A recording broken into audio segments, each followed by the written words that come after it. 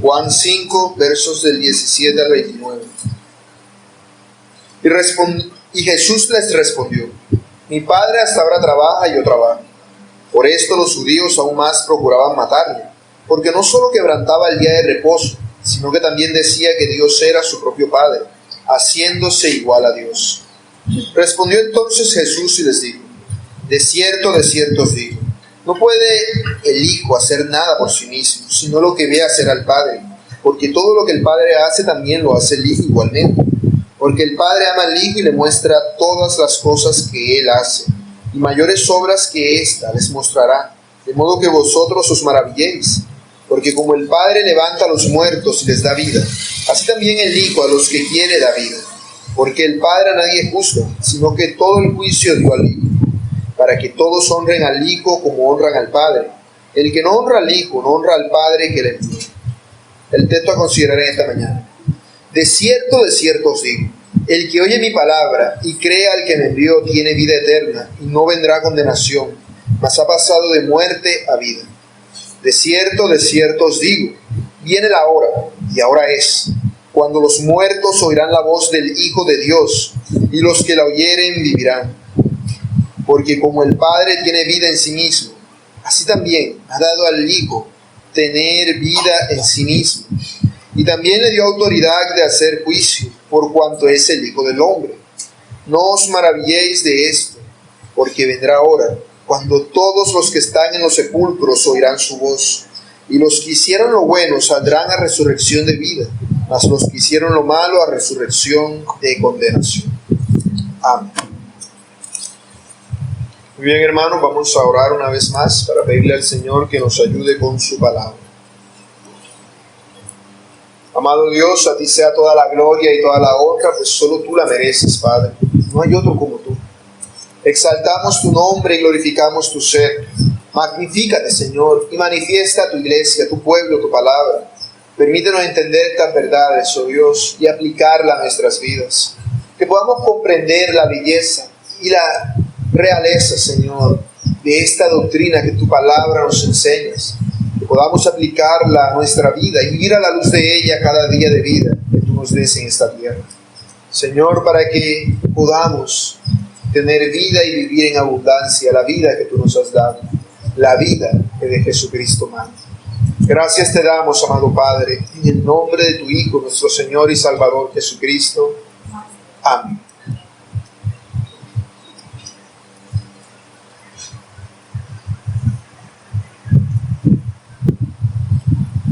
Si hay algo que todas las personas en nuestro contexto tienen claro con respecto a Dios, es que Jesucristo es el Señor.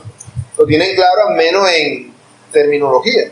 Es decir, todo el mundo tú lo escuchas decir, mi Señor Jesucristo, Jesucristo esto, Jesucristo aquello. Pero la verdad es que muy pocos, si es que alguno de ellos, consideran en realidad lo que significa decir eso. ¿Qué es referirse a Jesucristo como Señor? Como aquel que tiene autoridad, aquel que es Dios. Y esto es una verdad que las falsas doctrinas siempre han querido opacar y empequeñecer. Jesucristo no es Dios. Jesucristo no tiene el poder y la autoridad de Dios. Siempre vas a escuchar falsas doctrinas que hablan acerca de esto. Muchos dicen abiertamente, no, Él es un ángel, Él es el arcángel Miguel, Él es Gabriel o cualquiera de los santos.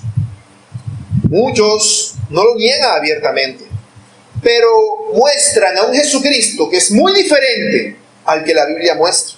De tal manera que en realidad niegan a Jesucristo, aunque no lo digan abiertamente. Aunque digan que Jesucristo es Dios, no lo tratan como tal. Aunque digan que Jesucristo es el Señor, no reconocen su señorío, no reconocen su autoridad, se creen independientes. Tú puedes encontrar a personas católicas que dicen esto, pero viven su vida como si Jesucristo no existiera. Tal es el poder y la autoridad de Cristo que aún entre aquellos que no creen, su nombre es tomado como algo muy importante, pero solamente da vida a aquellos que creen en Él. Para eso se escribió este Evangelio, como dice Juan 20:31. Hizo además Jesús muchas otras señales en presencia de sus discípulos, las cuales no están escritas en este libro. Pero estas han escrito para que creáis que Jesús es el Cristo, el Hijo de Dios, y para que creyendo tengáis vida en su nombre. Y siempre procuro repetir este versículo al exponer sermones sobre este evangelio, porque es un versículo que yo pienso que debemos aprendernos. Es uno de esos versículos que debemos conocer y que debemos repetirnos a nosotros mismos. Hemos sido llamados a creer en Jesucristo y tener vida en su nombre. Porque para eso fue que vino Jesucristo, para dar vida a los que se hallaban muertos. Vemos que el Señor Jesús, a lo largo de su ministerio, en todo lo que hemos visto en el Evangelio de Juan, Él se ha hallado haciendo la voluntad de Dios, siguiendo el cronograma de Dios. Por eso Él partió de Judea hacia Galilea. Pero vemos que Él ha regresado, se encuentra en Jerusalén. En una de las fiestas de los judíos hay un hombre que está enfermo, a quien Jesús sana. Vemos que Él sana a este hombre sin necesidad de que este hombre crea. Jesús no necesita que nosotros creamos en Él para que Él pueda obrar, porque Él es Dios y tiene autoridad. Por el contrario, nosotros necesitamos creer en Él para que tengamos vida en su nombre. Este hombre no creyó y a causa de eso, ¿qué pasó? Apenas tuvo la oportunidad, delató a Jesús ante las autoridades. Y Jesús sabía que iba a hacer eso. Por eso vemos que Él actúa como actúa. Se le acerca, lo sana, no le dice quién es, se aparta, luego se aparece. En amor y misericordia este hombre lo insta, lo amonesta para que se aparte de sus pecados. Pero él sabía que esto había llegado a Dios de las autoridades judías y él quería que empezase ya su confrontación. Las autoridades judías no empezaron a ver a Jesús como un enemigo ya cuando él ya estaba en la última semana.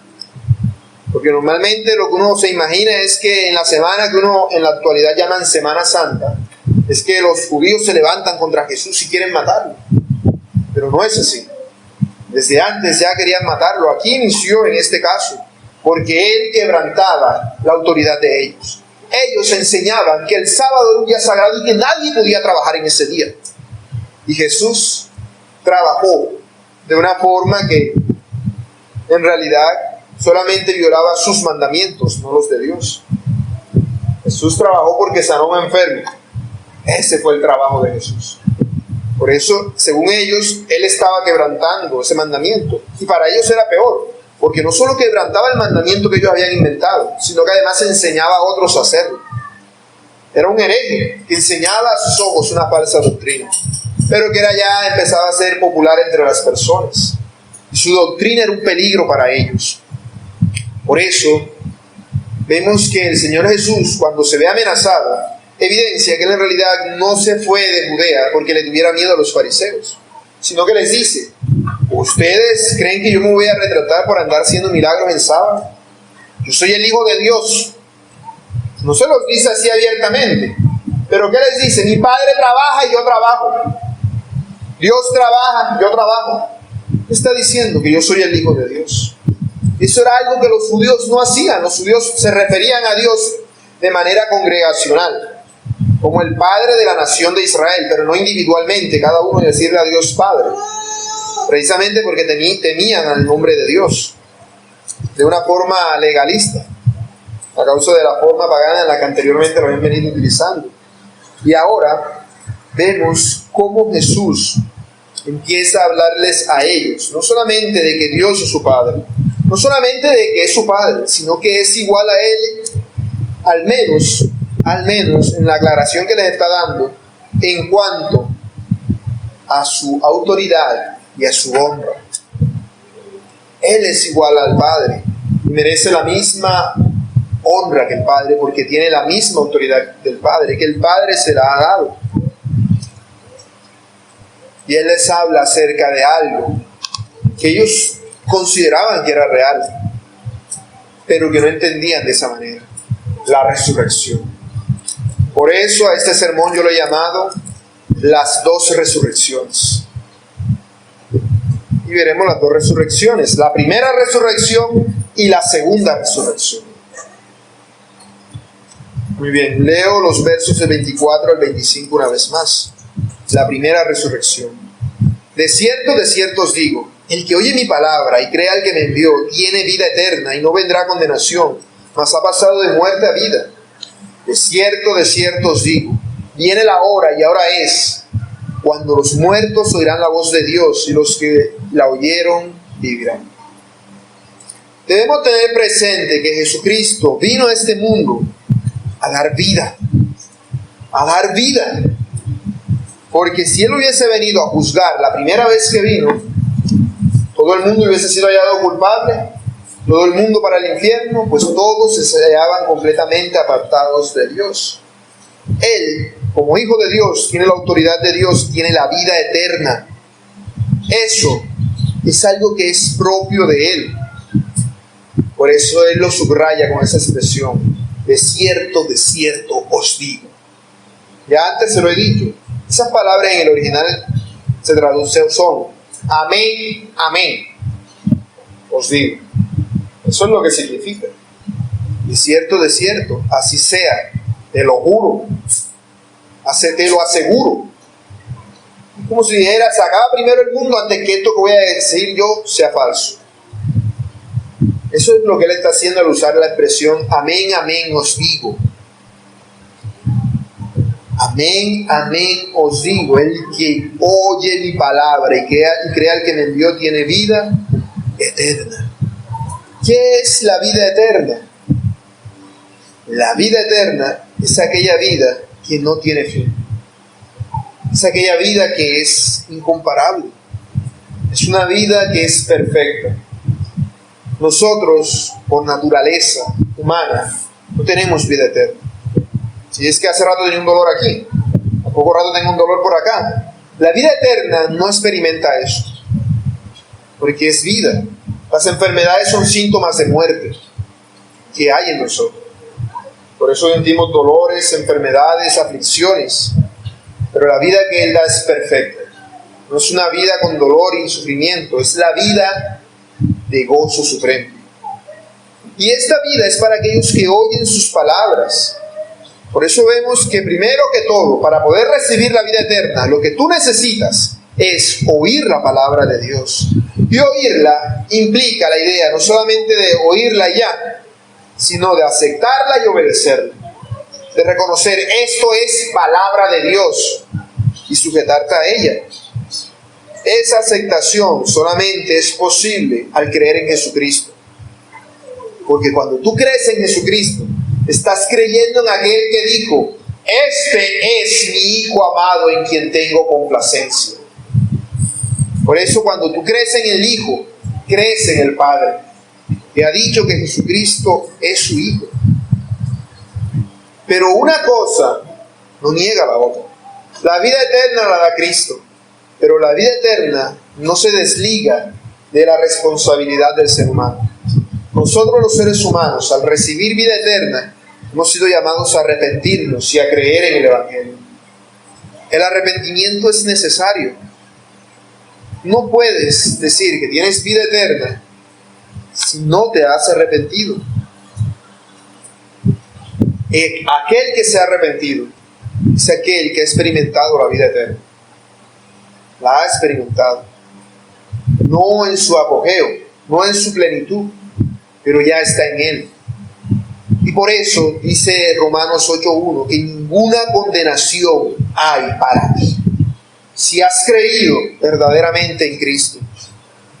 Con esto Jesús lo que está haciendo es forzar una decisión en la persona que oye sus palabras. No solamente oír y ya, sino que las oye y además lo fuerza a que decida entre una cosa o la otra, entre creer o no creer. Pero ¿de qué vas a arrepentirte? Si tú le dices esto a una persona que no entiende el contexto del que le estaba hablando, le dices: debes arrepentirte de tus pecados, o debes arrepentirte sin mencionarle los pecados, le puede preguntar: ¿y de qué me voy a arrepentir? De vivir haciendo lo que te da la gana. De eso debes arrepentirte. Porque al hacer lo que te da la gana, al hacer lo que tú quieres, estás haciendo lo que tu corazón te dicta, no lo que Dios te instruye, aquello a lo cual Dios te direcciona. Por eso se requiere entendimiento. Porque no se trata simplemente de decir yo creo y ya, sino de decir, entonces tengo que hacer todo lo que Él me dice, todo lo que su palabra me enseña. De tal forma que no debo hacer lo que yo quiero, sino lo que Él manda. Así demuestro que Él es mi Señor, porque eso es lo que hace el esclavo con su Señor. Le obedece, le obedece. Por eso cada vez que nosotros hacemos lo que a nosotros nos parece, estamos pecando. Recordemos el huerto del Edén. ¿Cómo entró el pecado al mundo? Dios les dijo, no coman del fruto de ese árbol. Yo no sé cuál era el fruto. El fruto no tenía ningún tipo de característica mística, mágica, maravillosa. No. Era un fruto. Como si Dios le hubiese dicho a Adán, este hinario de aquí no lo agarres. Un simple y pequeño mandamiento. Una simple y llana orden. Por naturaleza ellos iban a querer agarrar los frutos de los árboles porque eran su alimento, pues no había muerte, no comían carne, sino solamente frutos. Pero Dios le dijo, de todos puedes comer menos uno. Es decir, había una sola regulación. Con cumplirlo hubiese sido suficiente. Pero no lo hicieron. Cada vez que nosotros hacemos lo que bien nos parece, estamos actuando igual que Adán y que Eva. Estamos demostrando que somos sus hijos, sus herederos. Y por lo tanto, seguimos la perversión del corazón que de ellos heredamos. De hacer lo que a nosotros nos parece, no lo que Dios nos dice. Tú no puedes creer si no te has arrepentido. Y tú no puedes ser salvo si no has creído. Es necesaria una cosa junto con la otra. Y es necesario creer en Dios, que es el que le da vida a su Hijo.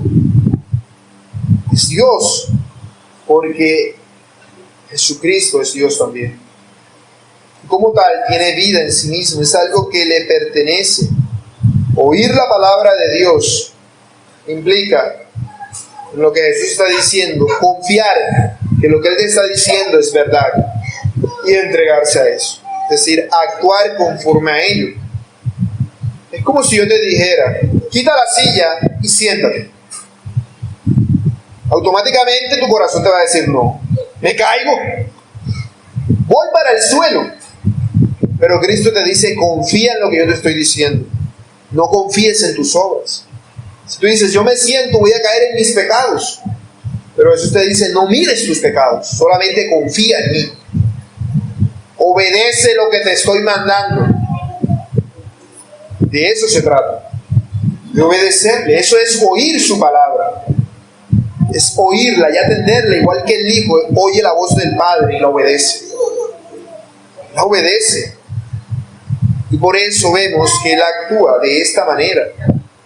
La vida eterna, por lo tanto, es algo que es propio de Dios en todo sentido. No le pertenece a ninguna criatura, ningún ángel, ningún pastor, ninguna iglesia. Nada puede darte vida eterna. Nada. Por el hecho de estar congregado en este lugar, tú no tienes vida eterna. Por el hecho de escuchar este mensaje, tú no tienes vida eterna. Por el hecho de asistir a una iglesia, por el hecho de leer la Biblia o de orar, tú no tienes vida eterna. La vida eterna la tienes por haber creído en Cristo. Todas estas cosas son solamente la evidencia de que ya has creído. Pero las evidencias pueden falsificarse. Es una manifestación externa de algo que hay adentro. La vida empieza acá, donde está el pecado, donde surge el pecado que de ti viene. Y solamente puedes recibirla en Cristo, es decir, identificándote con Cristo. Es necesario que tú como cristiano te identifiques con Cristo. Reconozcas que Jesucristo es tu Señor y lo reconozcas en todo aspecto de tu vida, no solamente en lo que a ti te parece, no solamente en lo que a ti te conviene, porque ese es el problema y la razón por la cual no experimentamos la vida. Por eso seguimos al 100%, por eso seguimos pecando, porque hay cosas para las cuales nos sujetamos al Señor, pero hay cosas a las que no. Son cosas pequeñas, por lo general, cosas que no les dan importancia. cosas que haces todos los días. Cosas por las cuales no oras y no pides dirección, porque dices, ¿para qué? Si es algo tan simple, es algo tan común.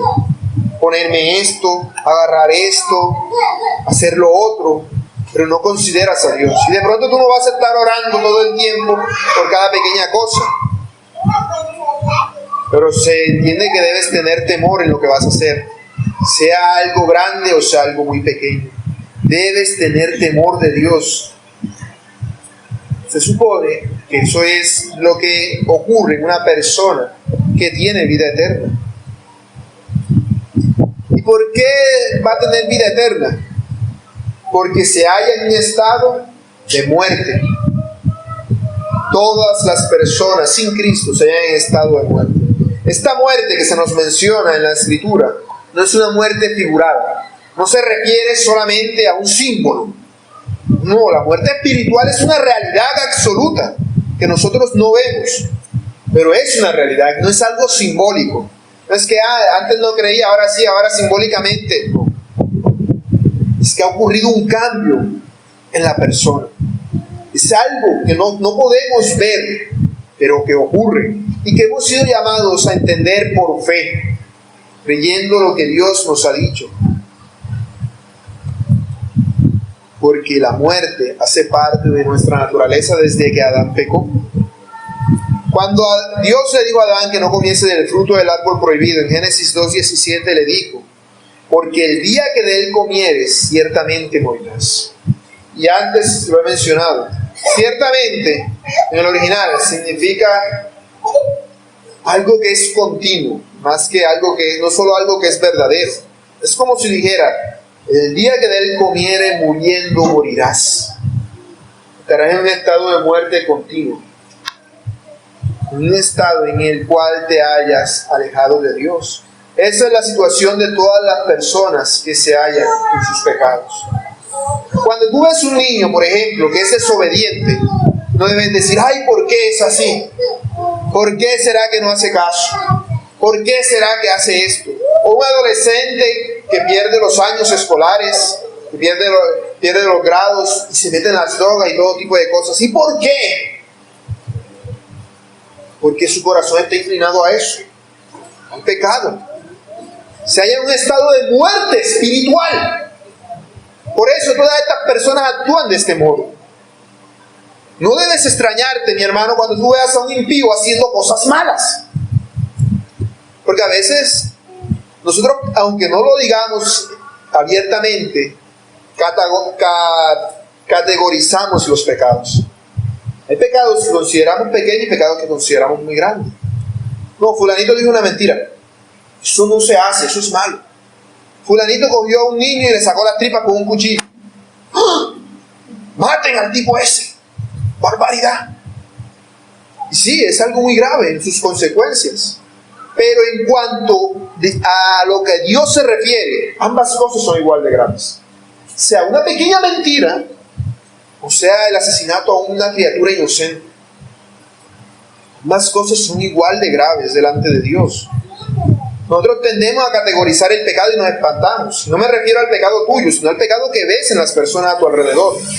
Entonces hablas con ellas, interactúas con ellas y tú ves que toman, fuman, hacen todo tipo de cosas.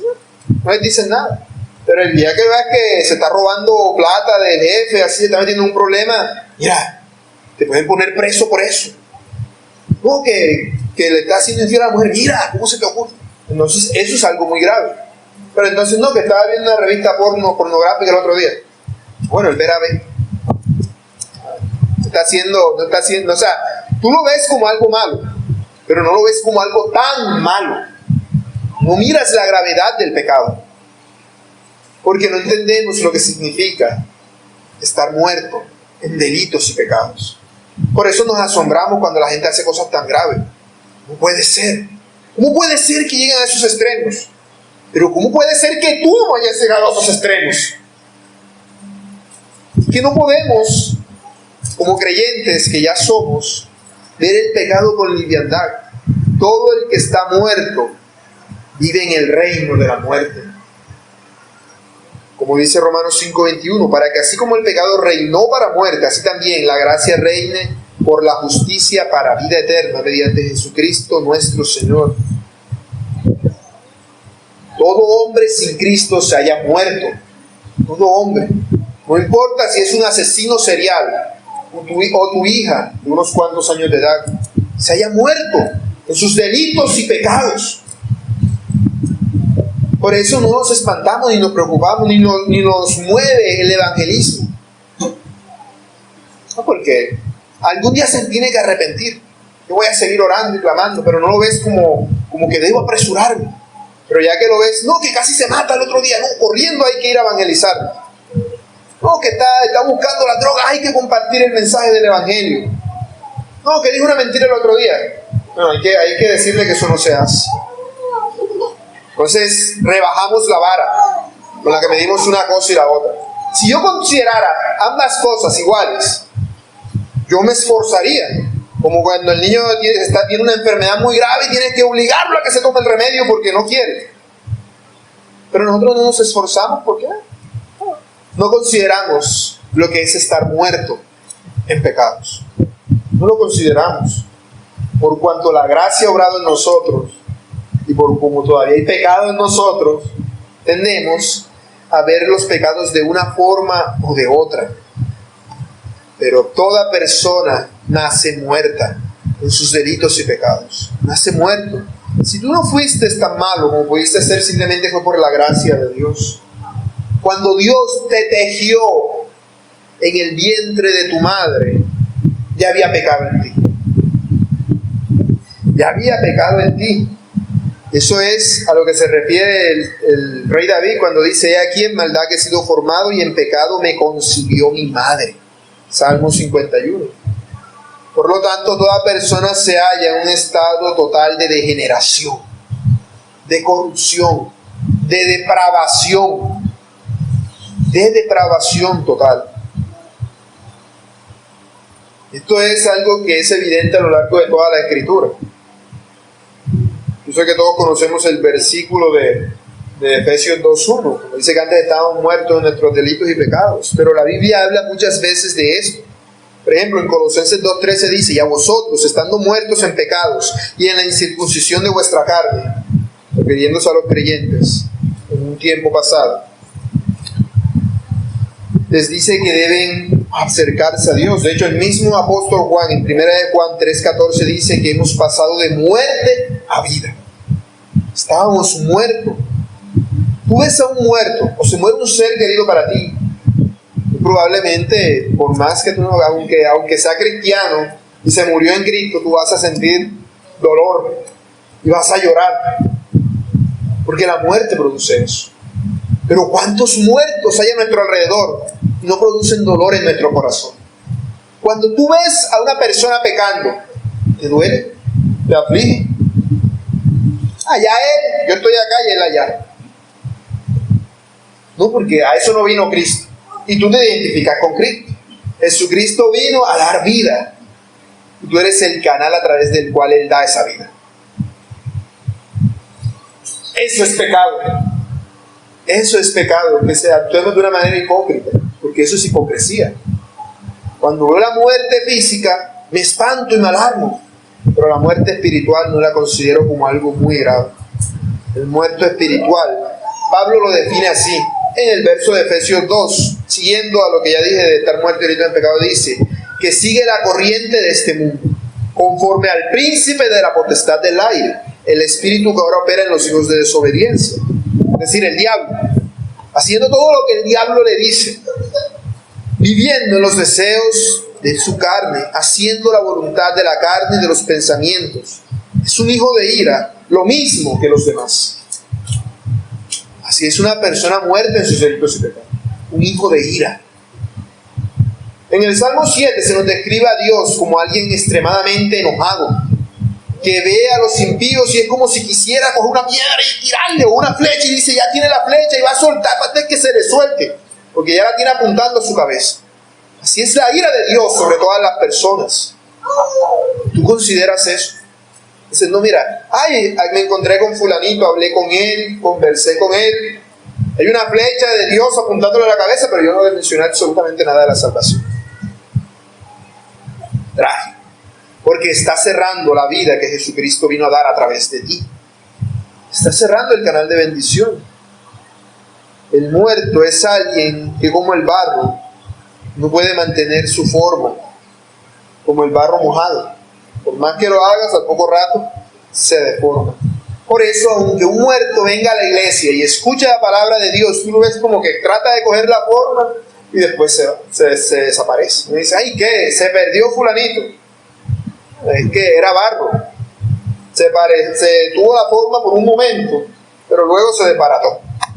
Es así de simple. El muerto espiritual no puede acercarse a Dios. Por eso es necesaria la vida espiritual. Y cuando Jesucristo le da vida espiritual a un muerto espiritual, ¿qué ocurre? Una resurrección. El Señor nos ha resucitado de la muerte a la vida. Nos ha dado vida a nosotros, que nos hallamos en esa situación de depravación. Nos hallamos en esa situación de pecado. Así nos hallamos sin Cristo. Por eso sin Cristo no podemos hacer nada. Y notemos que Él utiliza en lo que está diciendo, Él se refiere a esto de la siguiente forma. Él dice, de cierto os digo, viene la hora y ahora es. ¿Qué quiere decir eso que viene la hora y ahora es? Se refiere a algo que ya es, pero todavía no. Algo que ya es, pero todavía no. A todas aquellas personas que estuvieron con Cristo, experimentaron la vida eterna en Cristo, por estar en compañía con Cristo. Por eso vemos que los discípulos, cuando se enteran, cuando comprenden ya que Jesucristo va a morir, se afligen, porque se les va a ir la vida eterna. Y Él les dice, no temáis, porque yo los mandaré otro consolador, a través del cual vendrá la vida. Cuando Jesucristo estuvo allí con sus discípulos, Él les daba vida, por Él estar ahí. Una vez Él se ha ido, viene otro, que no viene a estar contigo, sino en ti. Y la vida ya está dentro de ti. Por lo tanto, no la puedes perder. Por eso es que viene la hora, dice Él, todavía no ha venido. Viene la hora, ya va a venir. O vino en Pentecostés. Pero ya era en ese momento, porque ya Cristo estaba allí. Ya Cristo estaba allí dando vida a los que se hallaban muertos. Por eso, esta primera resurrección ocurre en aquellos que se hayan muertos espiritualmente. A eso es a lo que se refiere la primera resurrección, la muerte espiritual. Tú resucitaste por primera vez la vez que creíste en Cristo. Por eso es importante que Cristo haya muerto y resucitado. No solamente para una resurrección futura, sino una resurrección que ya ocurrió en ti, si has sido trasladado de la muerte a la vida. Porque Cristo vino a dar vida a los que se hallaban muertos. Porque así como el Padre tiene vida en sí mismo, así también el Hijo la tiene. Y esto no es una degradación de Cristo, como decir, no, el Hijo tiene vida porque el Padre la tiene. No, sino más bien que es una afirmación. Es una afirmación de la igualdad que existe entre el Padre y el Hijo. Ambos existen eternamente. Ambos existen eternamente. Cristo siempre ha tenido vida en sí mismo. No es que cuando se encarnó tuvo vida en sí mismo. Eso lo dijo este Evangelio en el capítulo 1, verso 4, que dice, en Él estaba la vida y la vida era la luz de los hombres. No es que la vida empezó en Él cuando Él se encarnó. No. Por lo tanto, no es que el Padre le dé vida, en un sentido de, toma, hijo, aquí está la vida, para que se la des a otro. No es como les dije la vez anterior, es algo que es continuo. Jesucristo es engendrado eternamente del Padre, igual que una sombra, todo el tiempo está contigo. Claro, lo de la sombra es un ejemplo muy insignificante, que así igual no es, pero más o menos transmite la idea de una concordancia entre uno y el otro. Y esto a su vez lo que hace es demostrar el amor de Dios. Entonces, ¿quién participa de la primera resurrección? Todos aquellos que han creído en Cristo. Los muertos espirituales que han recibido vida eterna. Estos son los cristianos verdaderos, los creyentes. Más adelante, en el capítulo 10, verso 27, el Señor Jesús dirá: mis ovejas oyen mi voz y yo las conozco. Y luego dice: me siguen y me siguen. O sea, las ovejas no es que oyen su voz y se quedan pensando a ver si lo siguen o no. No, las ovejas lo siguen automáticamente, porque eso es consecuencia de la vida que en Cristo se recibe. Por eso dice en el capítulo 18, verso 37, todo aquel que es de la verdad, oye mi voz, porque es de Dios, por eso tiene oídos para oír, porque estando muertos no los tenía. Entonces los creyentes, por medio de Jesucristo, somos aquellos que hemos sido partícipes de la primera resurrección. Muy bien, consideremos ahora la segunda resurrección. Siguen diciendo los versos del 26 al 29. Porque como el Padre tiene vida en sí mismo, así también ha dado al Hijo el tener vida en sí mismo. Y también le dio autoridad de hacer juicio por cuanto es el Hijo del Hombre. No os maravilléis de esto, porque vendrá hora cuando todos los que están en los sepulcros oirán su voz. Y los que hicieron lo bueno saldrán a resurrección de vida, mas los que hicieron lo malo a resurrección de condenación. Hay dos cosas que uno ve en estos pasajes que el Padre ha dado al Hijo. Primero dice que le dio vida, lo que estaba diciendo hace rato. Le dio la autoridad para dar vida, pero además le dio autoridad para hacer juicio.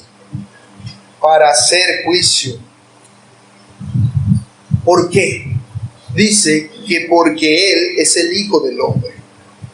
¿Qué significa ser el Hijo del Hombre? ¿Qué significa que ser el Hijo del Hombre? Bueno, en primer lugar, Hijo del Hombre, ya lo hemos visto antes, alude al hecho de que Jesús es un ser humano como nosotros.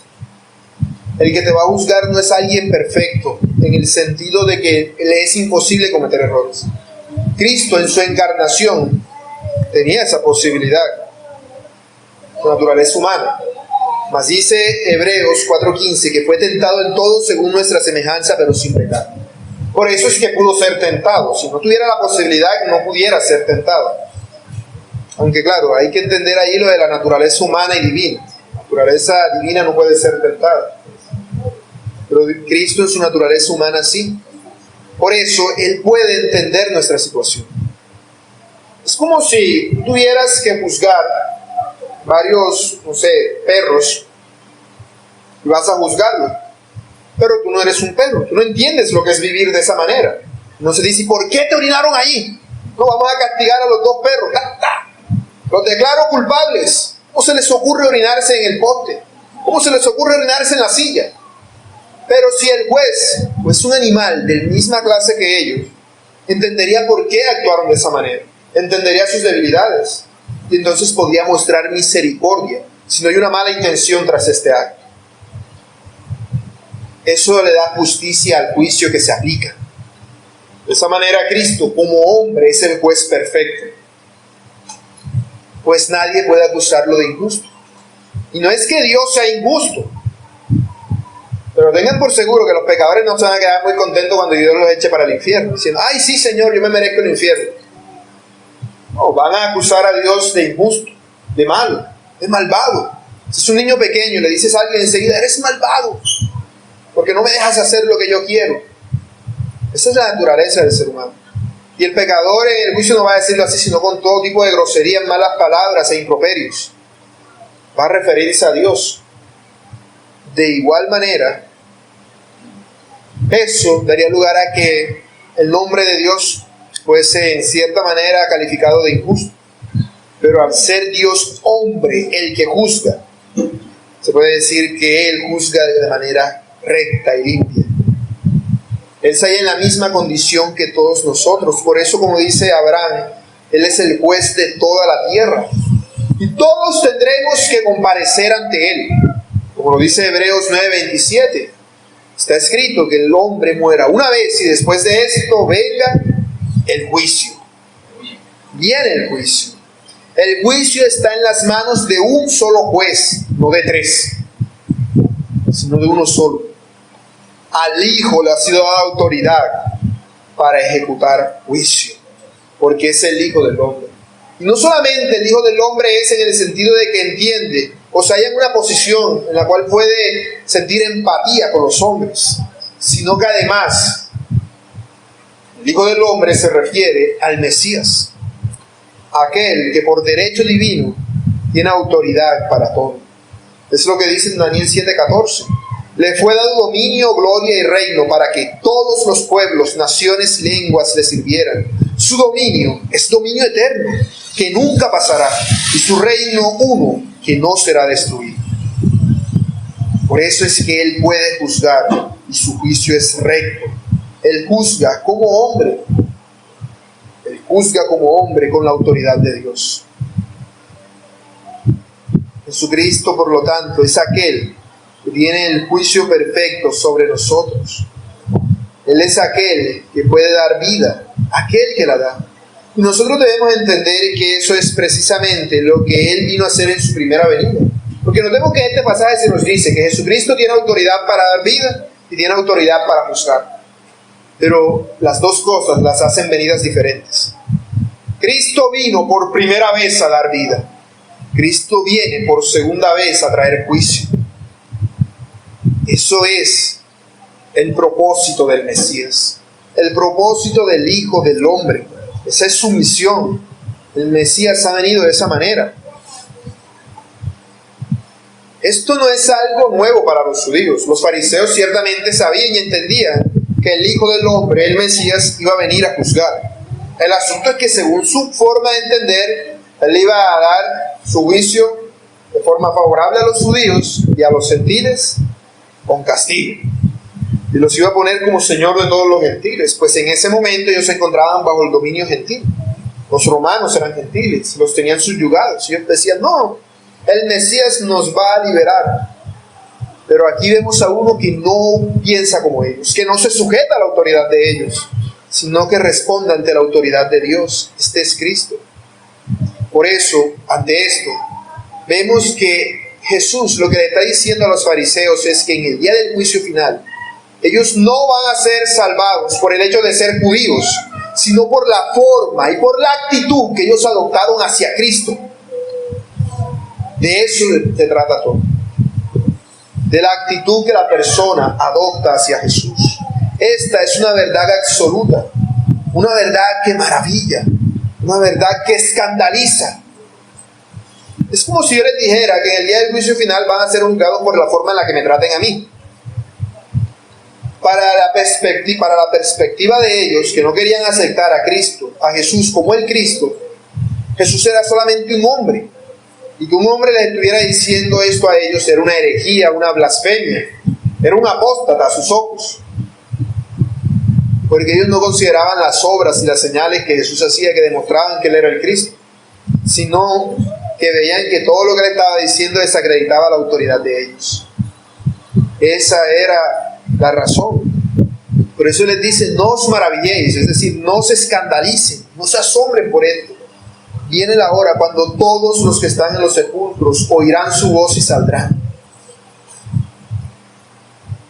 Claro, cuando dice sepulcro, no debemos entender que nada más van a resucitar los que están en tumbas. Obviamente, el que se murió ahogado, al que lo quemaron y le botaron las cenizas, todos resucitarán. Él se refiere a todos los que han muerto, oirán su voz. Y eso demuestra la autoridad que solamente Dios tiene. Es lo mismo, la misma autoridad que Dios delegó a Jeremías a Ezequiel, cuando le dijo, profetiza sobre estos huesos, hijo de hombre. Le dice así, es decir, profetiza sobre estos huesos, hombre, para que tengan vida. No era que Ezequiel iba a estar por ahí buscando todo hueso y entonces iba a declarar palabra profética sobre todo hueso que viera, sino que Dios le dijo que lo hiciera. Y él simplemente estaba haciendo el canal través del cual Dios estaba haciendo eso, estaba haciendo aquella obra. Si yo viniera y me acercara a un esqueleto, le dijera, ¡resucita!, allí quedaría el esqueleto, ¿cierto? Yo no soy nadie, no pasaría absolutamente nada. El punto es que el hecho de que Cristo se identifique con aquel que dice eso, está diciendo que es Dios. Porque un muerto no va a resucitar por oír la voz de una persona común y corriente. Va a oír solamente cuando escucha la voz de Dios. Y a diferencia de la otra resurrección, que ya es, pero todavía no, esta sí es totalmente a futuro. Esta no es como la resurrección espiritual. Y no es que no tenga un aspecto presente, sino que esto se refiere a un futuro, a un tiempo futuro, en el cual todas las personas, todos los seres humanos, tendrán un cuerpo eterno. Porque el hecho de tener un cuerpo, moverse y habitarlo, no es la vida. Biológicamente, tú lo miras, no, el ser vivo es el que se mueve e interactúa, pero según Dios no es así. Eso no es la vida. Por eso yo dije que la vida eterna empieza en este plano de existencia en el que estamos ahora, en esta era, en este tiempo. Pero la vida a la que se refiere es una vida que solamente será para los que sean hallados inocentes en el juicio final. Sean hallados inocentes ante sus obras. En aquel día, las almas de los muertos justos en el cielo, que está en el Señor, resucitarán. Y la de los impíos, que están atormentados en el infierno, resucitarán. Ambos para recibir un cuerpo que se ajuste a su condición en la eternidad. Este es el poder de Cristo, el poder de dar resurrección, a unos para vida y a otros para condenación. Eso es lo que Él va a juzgar. Por eso es que vemos que el muerto puede oír. Esto es lo que decía Daniel 12:2, cuando dice, y muchos de los que duermen en el polvo de la tierra serán despertados, unos para vida eterna, y de los otros se dice, y otros para vergüenza y confusión perpetua. No dice para aniquilación, sino para vergüenza y confusión perpetua. Vergüenza y confusión perpetua. Para eso serán resucitados aquellos que no tengan vida eterna. Estarán vivos en el sentido de que se moverán, estarán habitando un cuerpo, serán un alma en un cuerpo, pero para vergüenza y confusión perpetua, sin vida eterna, porque la vida eterna es Dios y los muertos se hayan separados de Dios, en un estado de tormento sin fin. Y esta es la esperanza del cristiano. Dice Pablo en Hechos 24:15, teniendo esperanza en Dios, la cual ellos también abrigan, de que ha de haber resurrección de los muertos, así de los justos como de los injustos. Así es como la Biblia lo plantea. No solamente resurrección de los vivos y los demás que se queden muertos, o que van a dejar de existir, sino resurrección para ambos. Para ambos habrá resurrección. Y esto no es una verdad novedosa para los fariseos. Los fariseos conocían el pasaje de Daniel que acabé de leer. Ellos sabían que los muertos, que habría resurrección. Ellos entendían esto. Los que rechazaban esto eran los saduceos, no los fariseos.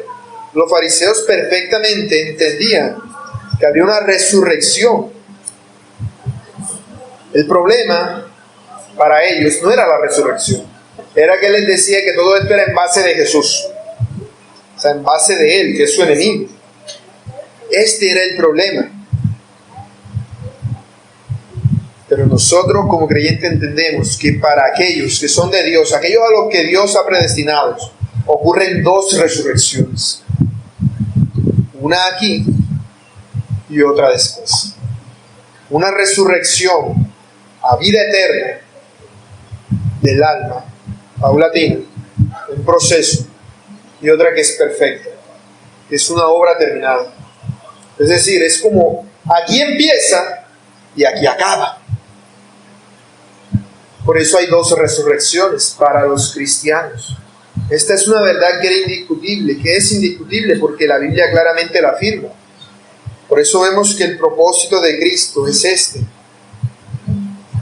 dar vida eterna para que nadie se pierda en la condenación sin fin. Dios no quiere que nadie se pierda. Fue lo que dijo en Juan 3:16. Porque de tal manera amó Dios al mundo, que ha dado a su Hijo unigénito, para que todo aquel que en Él cree no se pierda, mas tenga vida eterna. No se pierda. Dios no quiere botar a la basura su creación, sus criaturas. Él no se complace con andar mandando gente al infierno. Él no haya deleite en eso. Dios no se regocija en la destrucción del pecador, sino que hace todo cuanto puede para su salvación. Por eso envió a su Hijo al mundo primero, para que Él recibiera el castigo en nuestro lugar, para que nuestra primera resurrección sea justa en Él. Esa resurrección entonces, esa segunda resurrección será un juicio, será una resurrección para juicio. Ahora, se nos dice de que esa resurrección es por obras. En esa resurrección el juicio será por obras. Será por obras. Pero las obras no son las que salvan, sino que son la evidencia de quién ha sido salvo. Es lo mismo que veíamos en el texto de Jeremías, antes de iniciar. Dios actúa con justicia tal que evidencia la maldad del corazón en las personas, de tal manera que nadie puede acusarlo después. O sea, un justo, uno que no sufrió el castigo, no puede decir: Dios, ¿no te parece que fue como cruel lo que le hiciste a estas personas? Que no dejaste a nadie en vivo, ni a las mujeres, ni a los niños. Entonces, y no es que alguien lo vaya a hacer o que alguien tenga autoridad para hacer eso, sino para que su nombre sea santo y perfecto. Él actúa de esta manera y les dice: yo voy evidenciando la maldad de cada uno.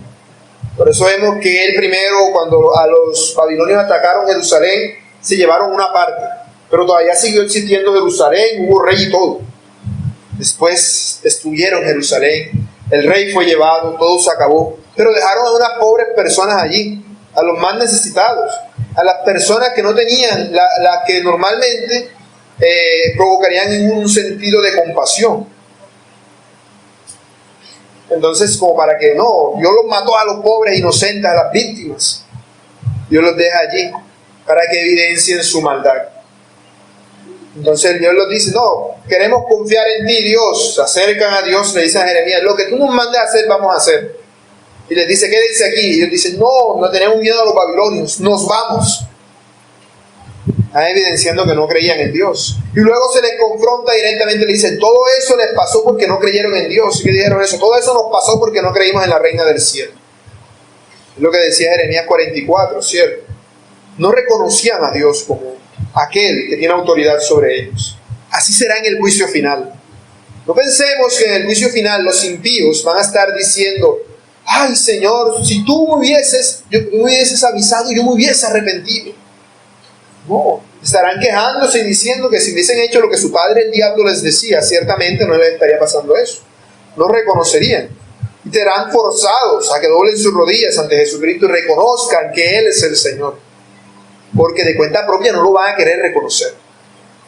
No lo van a querer reconocer, pero toda lengua lo hará. Por eso el juicio es por obras, porque las obras evidencian lo que hay en el corazón. Acompáñenme un momento a Lucas 6, 43 al 45.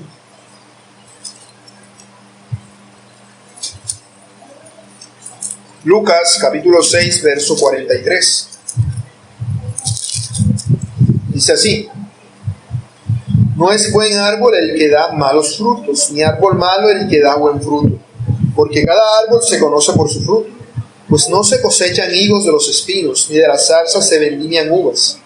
El hombre bueno del buen tesoro de su corazón saca lo bueno, y el hombre malo del mal tesoro de su corazón saca lo malo, porque de la abundancia del corazón habla la boca. Por esto es que nosotros vemos que el juicio final será un juicio por obras, porque las obras evidencian lo que hay dentro. Claro, es como si Dios dijera: el día del juicio final, los que están vivos serán salvados, los que están muertos irán al infierno. Los que están vivos irán al cielo y los que están muertos irán al infierno. ¿Quiénes son los muertos? los que andan como zombies por el mundo, mientras que los otros los que andan como vivos. A eso es a lo que se refiere. Así Dios es tomado por justo. Dios dice que en la segunda resurrección recibirán la vida eterna aquellos que ya la tienen. Es decir, recibirán un cuerpo que les permita experimentar al máximo o a cabalidad la vida eterna. A cabalidad la vida eterna. Serán hallados inocentes los que están vivos, los que participaron de la primera resurrección. Mientras que los que no participaron de la primera resurrección, esos serán los que irán a vergüenza y condenación. Vayamos un momento a Apocalipsis.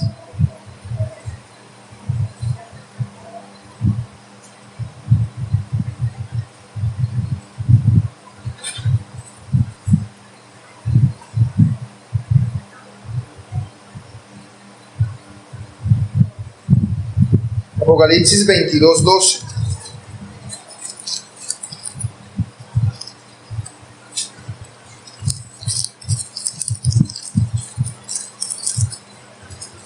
Dice así: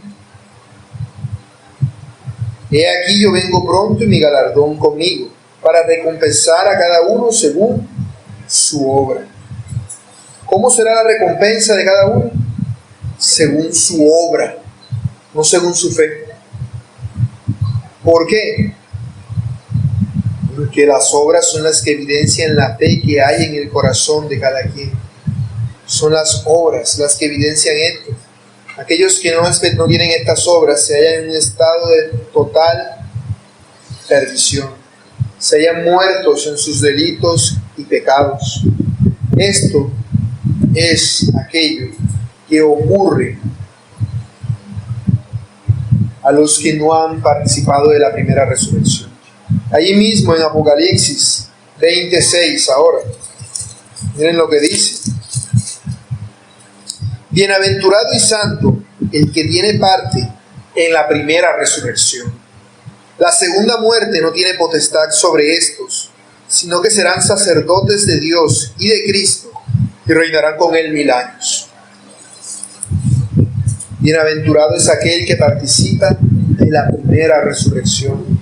Por eso debemos tener presente lo importante que debe ser para nosotros el ser partícipes de esta resurrección que el Señor Jesús nos ha dado.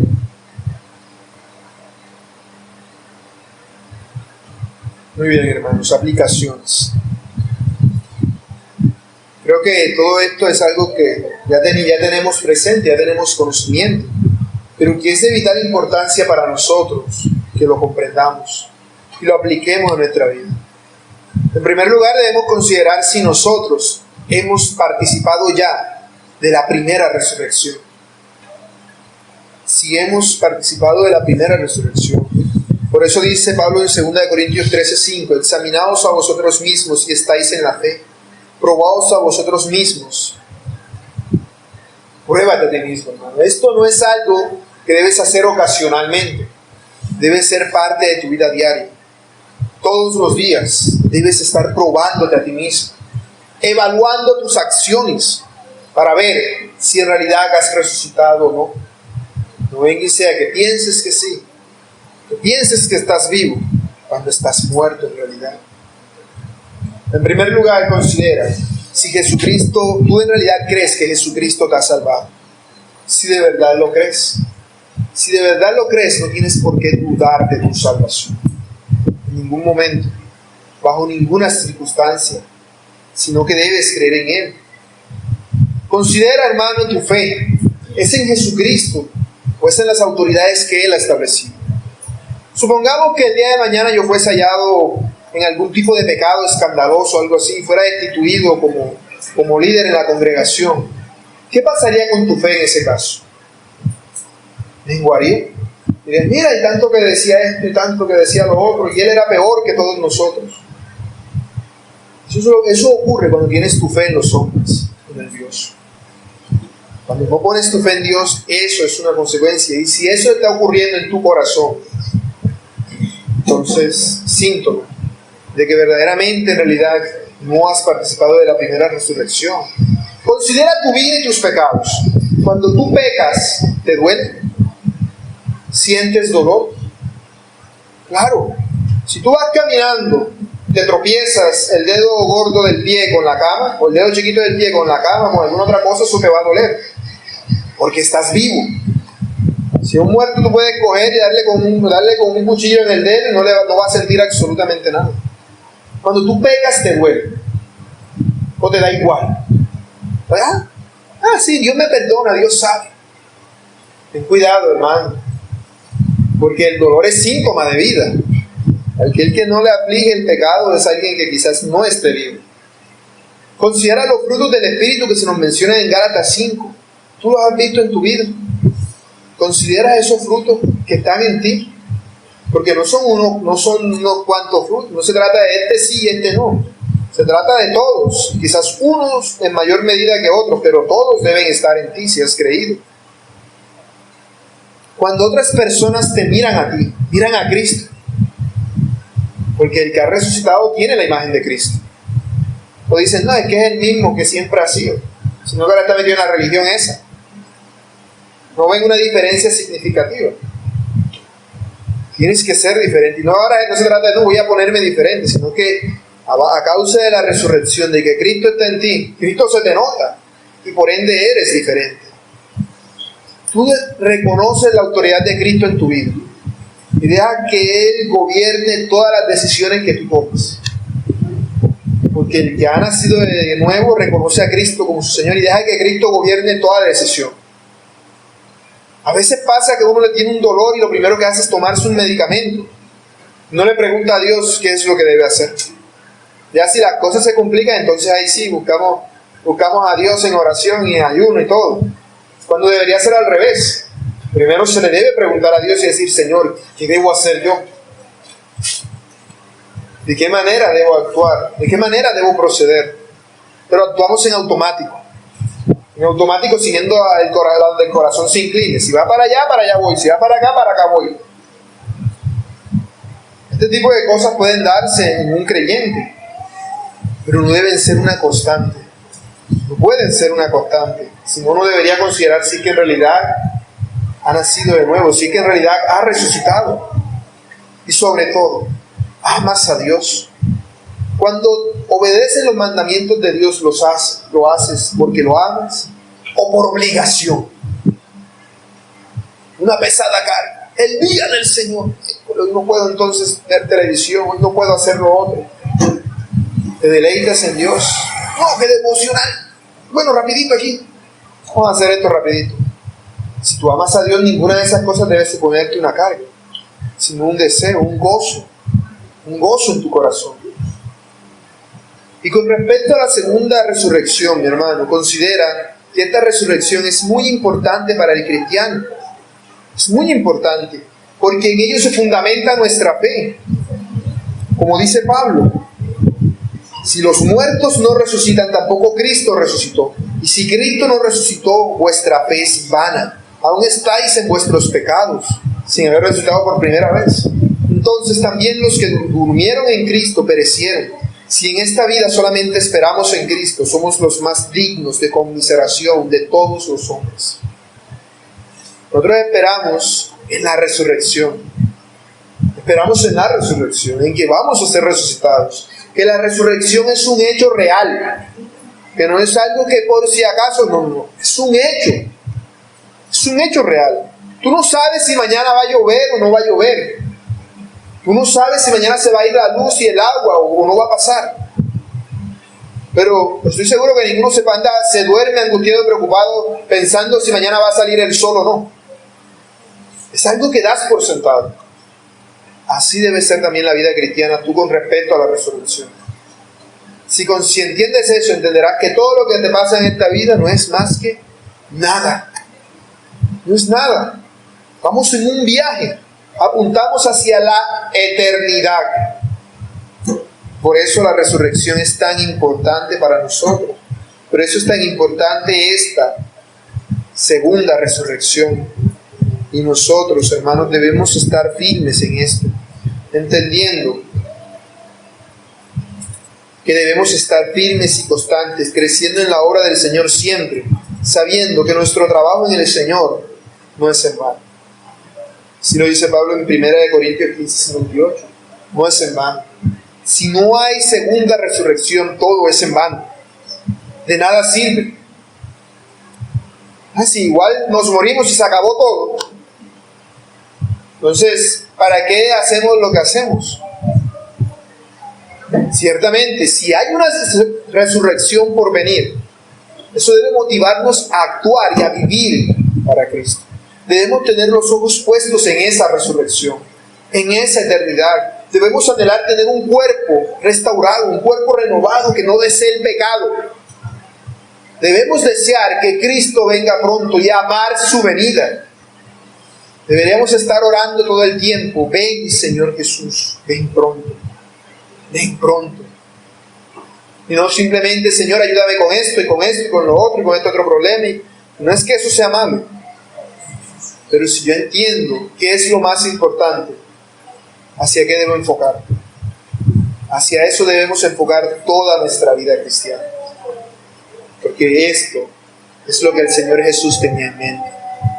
Por eso no tuvo en cuenta su condición de hombre y se humilló hasta lo sumo, reconociendo lo que vendría después. Y que toda su vida no acabaría en la cruz.